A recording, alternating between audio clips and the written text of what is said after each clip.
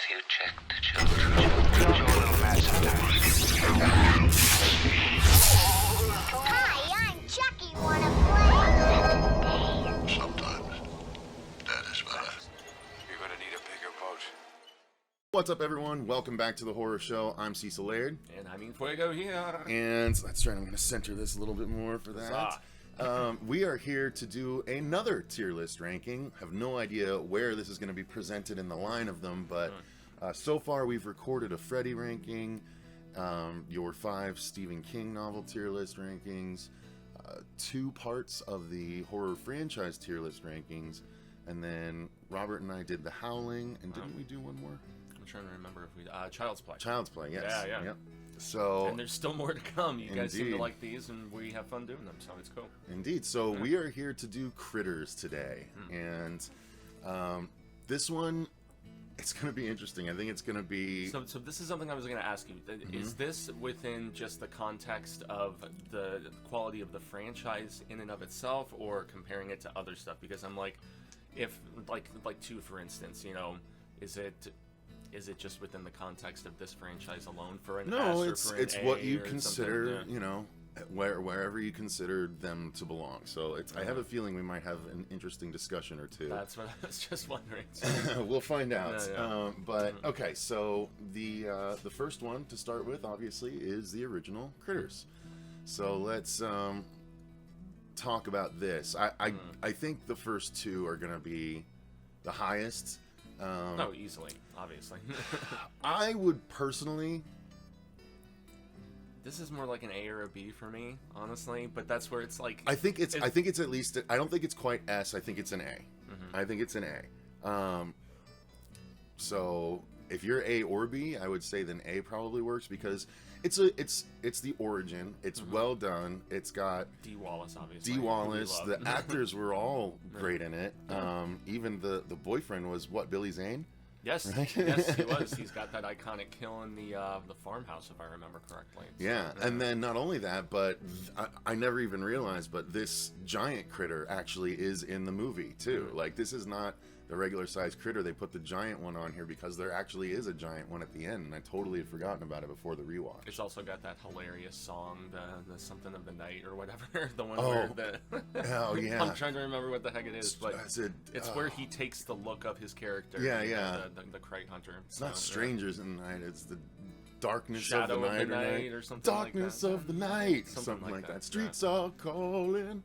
Yeah, this is an A, I guess, for me. You know, this is one that I didn't watch as a kid, so I don't have that, you know, childhood affinity and stuff like that. But, I mean, it actually holds up quite well as far as the stuff that came out Power of around the Night. Power of the Night, yeah. Sorry. Yeah, but as far as stuff that came out around the time of Gremlins that people make all those comparisons with, I mean, this is one that I think is far more iconic than, like, a Ghoulies or, you know, what, Munchies or whatever the hell that one was called. Yeah.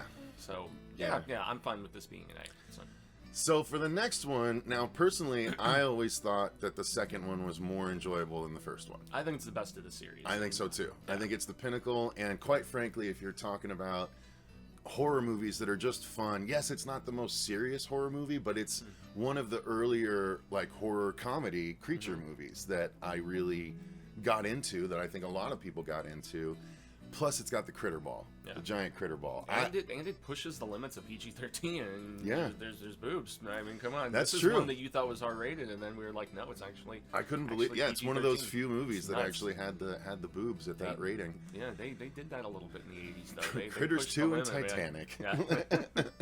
No, and but I this- think it's S. Yeah, I'm actually with you on that one too. One of the few Easter horror movies. As True. Well, yeah, which a lot of True. people often forget. So. Well, and it's also got at the hungry heifer, we won't give you a bum steer. I've always had that in my head ever since That's funny. watching this movie. So No, this one, I mean, it took the Cameron approach, as I think I even said on the original review for this that we did. It felt like bigger, better, more developed, funnier, gorier at times. I mean, it's not like a super gory movie, but I mean, I thought the kills were a little more interesting in this one too. So, as far as this, comparing everything in this franchise to each other, this is definitely the S of the franchise, and probably the only one. Yeah, if we're yeah. gonna be fair here. Well, a new bit. No. I'm just all right. So the third Critters. Now this is urban critters Yeah. with Leonardo DiCaprio. Correct. And this one, upon the rewatch of them all, I think I liked this one less than the space one. Yeah. Which the space one is nowhere near as good as the other two. So, Yeah, the two that came out then, what, a year but or I so don't ago. think it's a D movie. No, it's C. I think it's C, yeah. Yeah, it still has some charm, and I mean, Leo's not too bad, nor the other kids. I mean, there's... And we also get the bounty hunter back. He comes back again, Charlie, right? Although he comes back, is it at the very end of the movie? Yeah, I God think damn, so. I'm trying to remember. Yeah. Because that leads into the space one, because he gets trapped in the spaceship at the end of this one. Yeah, because I think they filmed 3 and 4 like pretty much back to Yeah. back simultaneously. And that's one of the Kinda funny thing. things they said. Like, I think I heard that story by one of the filmmakers. This was an instance where they had a budget for both movies, and they used most of the budget for the third movie, and so they had to reuse a lot of the sets and repaint them for the space movie, because they even reused some of the critters from the third movie for But the an space apartment movie. complex versus like a spaceship, I mean, that would take some serious, just kind of moving around to pieces. and Yeah, stuff, but- yeah. Well, credit to the production designers on that. Yeah, I'm actually with them there. So, I mean, yeah, this one, well, it definitely is nowhere near the par of quality of the first 2 films. It's still nowhere...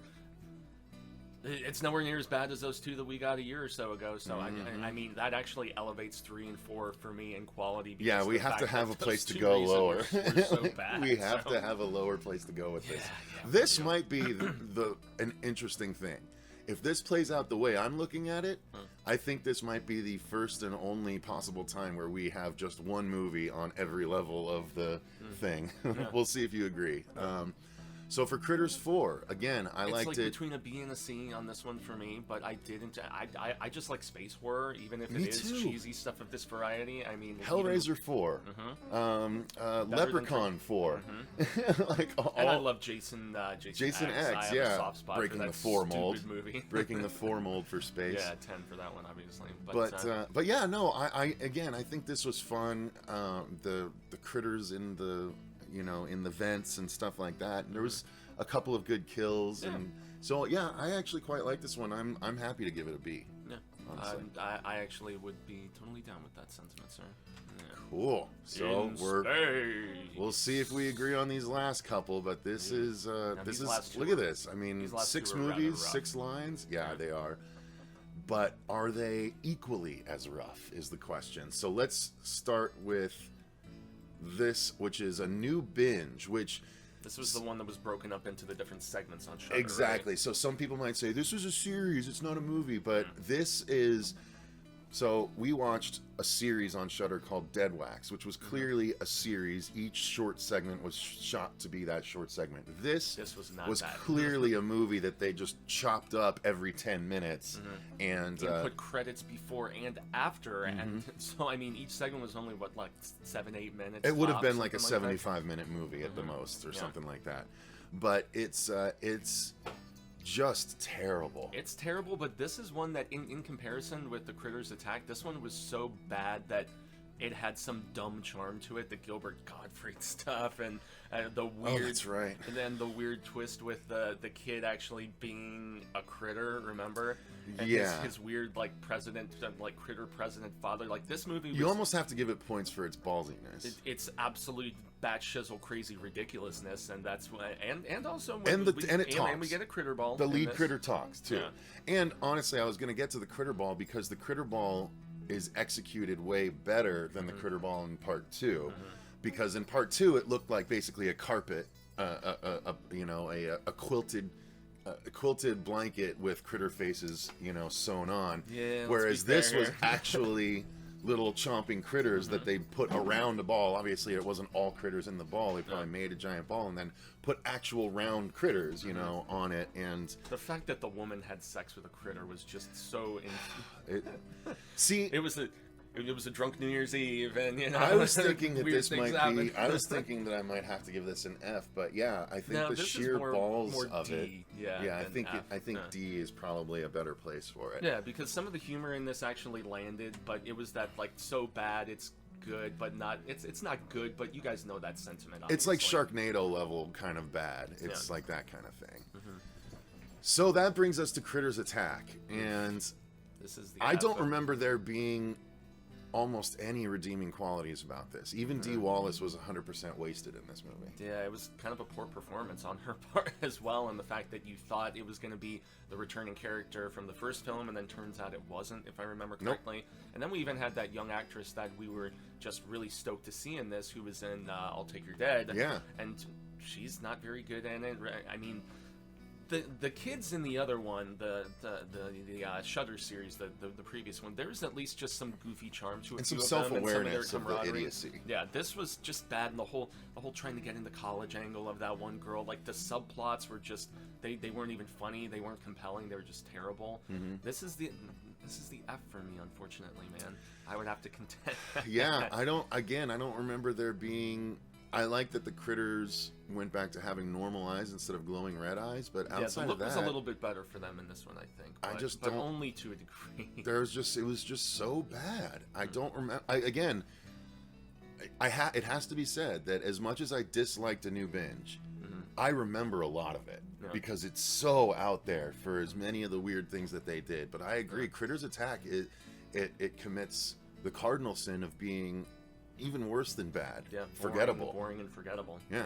At least a new Binge. F for forgettable. It tried some stupid, wacky things, and I mean bonus points for some of the originality. This one felt as by the books and boring as anything in the franchise, and probably effectively killed the franchise, at least for the time being, especially with them doubling down on both of these entries last year, because they came out the same year. Yeah, until they hire me to reboot it. Yeah.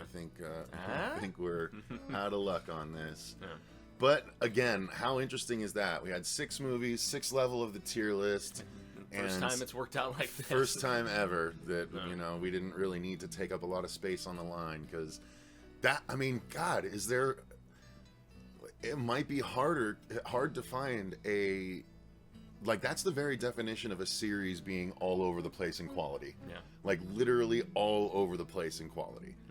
There's one level of the tier list for every one of these movies. So, I mean, we'll see what happens when we get to Hellraiser. And we'll see what happens when we eventually do, like, Friday the 13th and stuff like that. Forbid, like Children of the Corn or something like that. Oh, my God. No, I think that's going to be that's going to be a ski slope. I think it's going to be a lot of things on the bottom. That has, like, 13 or 14 entries at this particular point, which is, I mean, God, that's even more than Jason Voorhees, for God's sake. Yeah. Oh, my God. That's so... I think the only one that might have more than it, which would also have a similar ski slope curve, I believe, is the Amityville franchise.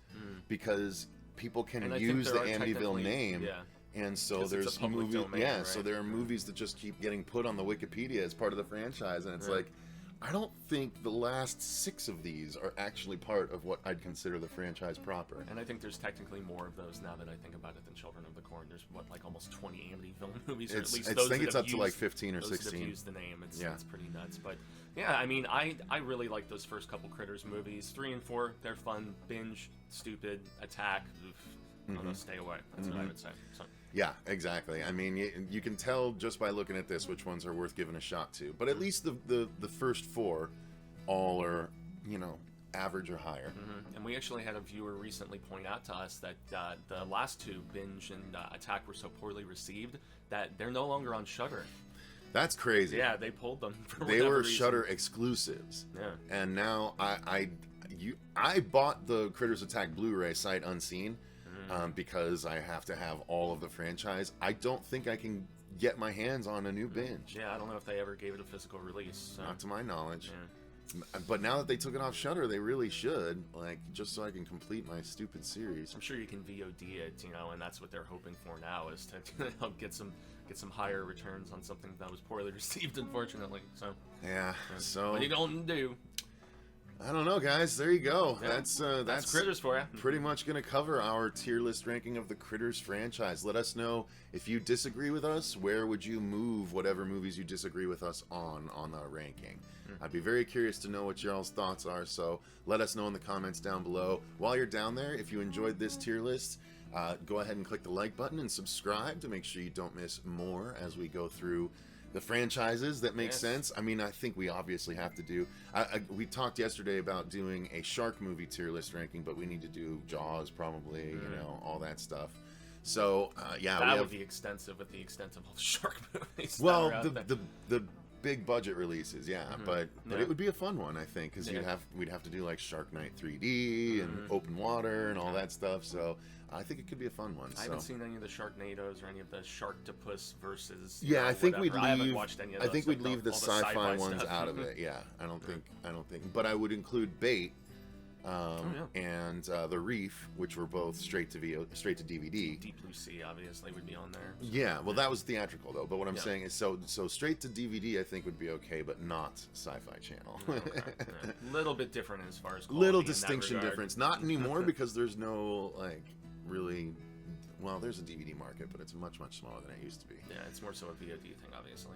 So yeah, guys, let us know what your thoughts are in those comments. If you want to become a patron, the link to that is in the description box. You can tell us movies to watch, and then maybe eventually do tier list rankings with them in it as well. So thanks very much. I've been Cecil Laird. And gracias a Jaime Fuego. And remember, stay scared.